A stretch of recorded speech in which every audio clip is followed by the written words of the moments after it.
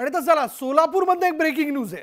उजनी धरणातून सोलापूरला पाणी पुरवठा करणारी नवीन पाईपलाईन जी आहे त्या पाईपलाईनला गळती लागली आहे। सोलापूर पुणे राष्ट्रीय महामार्गावर पाण्याचे 30 ते 40 फूट उंच फवारे पाहायला मिळाले।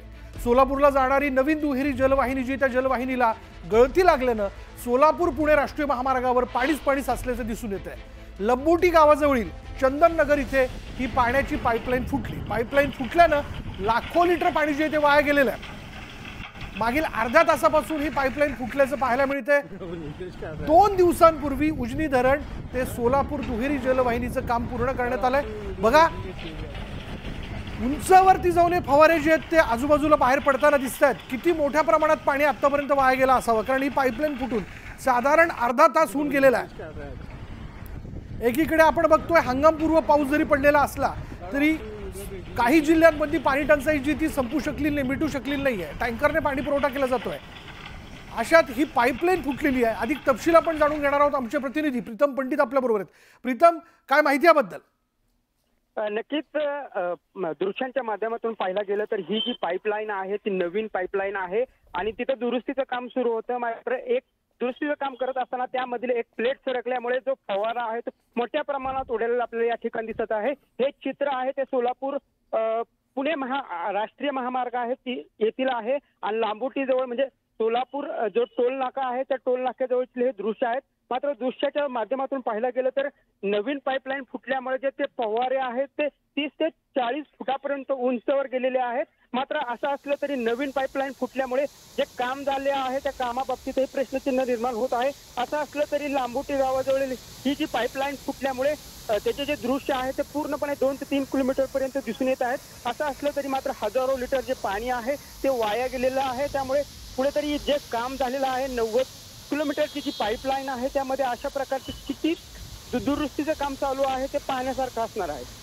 पण प्रीतम, गेल्या अर्ध्या तासापासून हे पाणी जे आहे ते सतत बाहेर पडतंय मोठ्या प्रमाणात। म्हणजे तू जसं म्हणालास की हजारो लिटर पाणी वाया जातंय। दुरुस्तीच्या दृष्टिकोनात आता महत्त्वाचा मुद्दा की दुरुस्ती केली पाहिजे। हे जे वाहून जाणारं पाणी आहे, बाहेर पडणारं वाया जाणारं जे पाणी आहे ते थांबवलं पाहिजे। काय प्रयत्न केले जातात?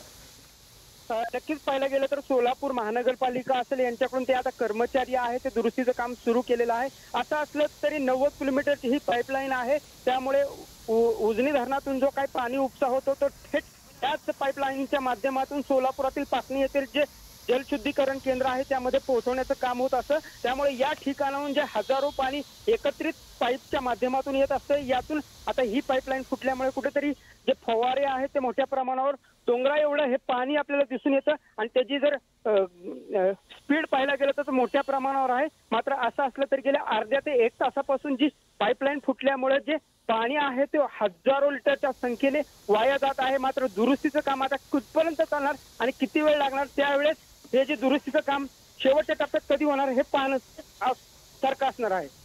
हे पाणी जे आहे ते आता आपण बघतोय की मोठ्या प्रमाणात बाहेर पडतंय। हजारो लिटर पाणी आतापर्यंत प्रीतम वाया गेलेलं आहे।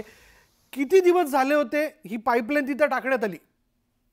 नक्कीच ही पाईपलाईन आहे ती सोलापूरकरांसाठी महत्वाची पाईपलाईन आहे, कारण अगोदर सोलापूरला 8 ते 10 दिवस अगोदर पाणी पुरवठा होतो आणि हे पाणी पुरवठा ही पाईपलाईन झाल्यानंतर 1 किंवा 2 दिवसाआड हा पाणी पुरवठा होणार आहे। या पाणी पुरवठ्यामुळे सोलापूरकरांचा जो पाण्याचा प्रश्न आहे तो मार्गी लागणार होता आणि गेल्या 8 दिवसापूर्वीच पाकणी येथील जे जलशुद्धीकरण केंद्र आहे त्या ठिकाणी जी चाचणी आहे जल चाचणी आहे ती करण्यात आली होती आणि ती यशस्वीही झाली आहे। त्यामुळे ही जी पाणी पुरवठ्याची पाईपलाईन आहे ती सुमारे 90 किलोमीटरची आहे आणि ही जी पाईपलाईन फुटली आहे ती लांबोटी म्हणजे सोलापूर पासून सुमारे 30 ते 40 किलोमीटर अंतरावर ही पाईपलाईन फुटली आहे। त्यामुळे सोलापुरातून जे काही दुरुस्तीचे काम करणारे कर्मचारी आहे तिथे पोहोचण्यासाठी कमीत कमी अर्धा तास लागण्याची शक्यता आहे आणि त्यामुळे हे जे फवारे आहेत ते 30 ते 40 फुटाचे हे फवारे दिसून येतात आणि त्यातून हजारो लिटरची पाणी आहे ते वाया जात आहे। मात्र असं असलं तरी दुरुस्तीच्या नावाखाली अशा प्रकारे जर पाण्याची नासाडी होत असेल तर कुठेतरी प्रशासनाने याकडे गंभीरपणे लक्ष देण्याची गरज आहे। असं असलं तरी बरोबर आहे, गंभीरपणे लक्ष देण्याची गरज आहे प्रीतम। सगळ्यात महत्त्वाचा मुद्दा आहे की हजारो लिटर पाणी या सगळ्या काय म्हणूयात उन्हाळ्यामध्ये वाया जाताना आपण बघतोय ते थांबवणं कुठेतरी गरजेचं आहे। धन्यवाद। एकीकडे सोलापूरमधली बातमी आपण बघतोय। बघा दुसरीकडे छत्रपती संभाजीनगर शहराला पाणी पुरवठा करणारी पाईपलाईन पुन्हा पैठण तालुक्यातील ढोरकीन इथे फुटली आहे। 700 मिलीमीटर पाईपलाईन जी आहे ती फुटलेल्या ठिकाणाहून पाण्याचे उंचच्या उंच फवारे जे आहेत त्या सकाळपासून सुरू आहेत। छत्रपती संभाजीनगर शहरातील पिण्याच्या पाण्याचा प्रश्न उन्हाळ्यामध्ये गंभीर झालाय। साधारण जर आपण पाहिलं तर 5 ते 6 दिवसाच्या अंतराने पाणी पुरवठा जो आहे तो पिण्याच्या पाण्याचा पाणी पुरवठा जो आहे तो केला जातो। यावरनं आता आंदोलन सुरू आहेत। मधल्या काही काळामध्ये हांडा मोर्चा देखील छत्रपती संभाजीनगरमध्ये काढण्यात आलेला होता आणि त्यात ही पाईपलाईन फुटल्यामुळं आता हजारो लिटर पाणी जे ते वाया जात आहे। सध्या नव्या पाणी पुरवठा योजनेचं काम सुरू आहे। सोबतच पैठण ते छत्रपती संभाजीनगर या 4 पदरी रस्त्याची कामं देखील सुरू आहेत आणि काम सुरू असताना पाईपलाईन फुटल्यानं हजारो लिटर पाणी वाया जात आहे। इतकंच नाही तर त्याचा छत्रपती संभाजीनगर शहरातील पाणी पुरवठ्यावर परिणाम होतो। आज तशाच पद्धतीने बिडकीन इथे पाईपलाईन फुटल्यामुळे शहराच्या पाणी पुरवठ्यावर काही अंशी परिणाम होईल अशी शक्यता आहे। अधिक तपशील आपण जाणून घेणार आहोत। आमचे प्रतिनिधी अविनाश कानडे आपल्या बरोबर आहेत। अविनाश, हाच महत्त्वाचा मुद्दा की ही पाईपलाईन नेमकी फुटली कशी? विशाल, म्हणतात ना, नगरीच्या लग्नाला 17 विघ्न, ती म्हण तंतोतंत छत्रपती संभाजीनगरच्या पाणी पुरवठा योजनेला लागू होते। कारण संभाजीनगरचा पाण्याचा प्रश्न हा राज्य पातळीवर विचारला जातो, त्याच्यावरती चर्चा होती। मात्र असं असताना जी जुनी जीर्ण झालेली पाईपलाईन आहे ही शहर ज्यावेळेस पासून वसलं त्यावेळेस पासून खरं तर ही पाईपलाईन म्हणजे ज्यावेळेस शहराची संख्या कुठेतरी 4-5 लाख असेल, आता 16-17 लाखापर्यंत गेल्यानंतर ही पाईपलाईन तीच आहे। त्यामुळे या पाईपलाईन जीर्ण होत चालली आणि त्यातच आता छत्रपती संभाजीनगर ते पैठण रोडचं काम सुरू आहे आणि या रस्त्याचं काम सुरू असतानाच काहीतरी JCBचा धक्का लागला म्हणावं की अजून काही कारणास्तव ही पाईपलाईन मोठ्या प्रमाणात फुटलेली आपल्याला दिसून येते। एकीकडे 10व्या ते 12व्या दिवशी शहराला पाणी पुरवठा होतो आणि आता पाईपलाईन फुटल्यामुळे निश्चितच हा पाणी पुरवठा पुढे ढकलण्यात येईल। मात्र एकूणच जलवाहिनी फुटण्याच्या ज्या घटना आहेत त्या 1 ते 2 दिवसाआड नेहमी घडत आहेत। कारण जरी रस्त्याचं काम चालू असलं तरी ही पाईपलाईन फुटणार नाही आणि शहरवासियांना पाण्यासाठी पुन्हा भागदौड करावं लागणार नाही असं प्रशासनाने कुठली तरी काळजी घेतली पाहिजे। मात्र वारंवार या घडणाऱ्या घटनांमुळे संभाजीनगरकरांना मात्र त्रास होतो हे नाकारता येणार नाही। धन्यवाद या सगळ्या माहितीबद्दल अविनाश। भिवंडीतील पडघा इथे ATSची मोठी कारवाई, 22 जणांच्या टीमकडनं पडघ्यात दहशतवादी प्रकरणी छापा। कारवाईत मोठे धागेदोरे हाती लागण्याची शक्यता। भारताची सीमा ओलांडून पाकिस्तानात गेलेली सुनीता जामगडे पाकमधील 3 नागरिकांच्या होती संपर्कात।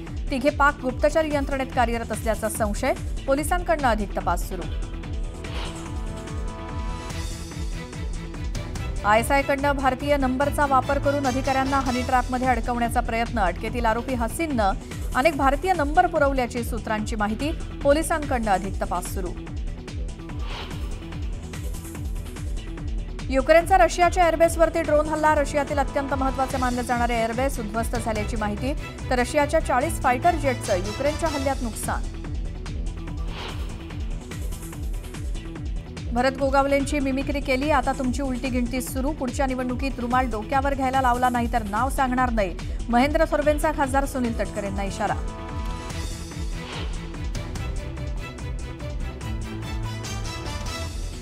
समृद्धीचा इगतपुरी ते आमणे हा शेवटचा टप्पा 5 जूनपासून खुला होणार, नाशिकच्या इगतपुरीतून होणार उद्घाटन, मुख्यमंत्री देवेंद्र फडणवीसांची घोषणा। भरधाव टेम्पोनं रिक्षाला दिलेल्या धडकेत 4 जणांचा मृत्यू तर 2 जण गंभीर जखमी, बीडच्या खामगाव पंढरपूर हायवेवरची घटना।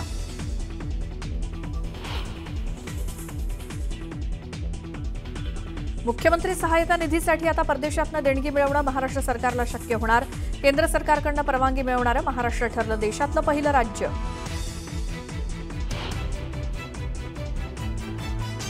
शेगावातनं संत गजानन महाराज पालखीचं प्रस्थान, 33 दिवस प्रवास करून पोहोचणार पंढरपुरात, 700हून अधिक वारकऱ्यांचा दिंडीमध्ये सहभाग।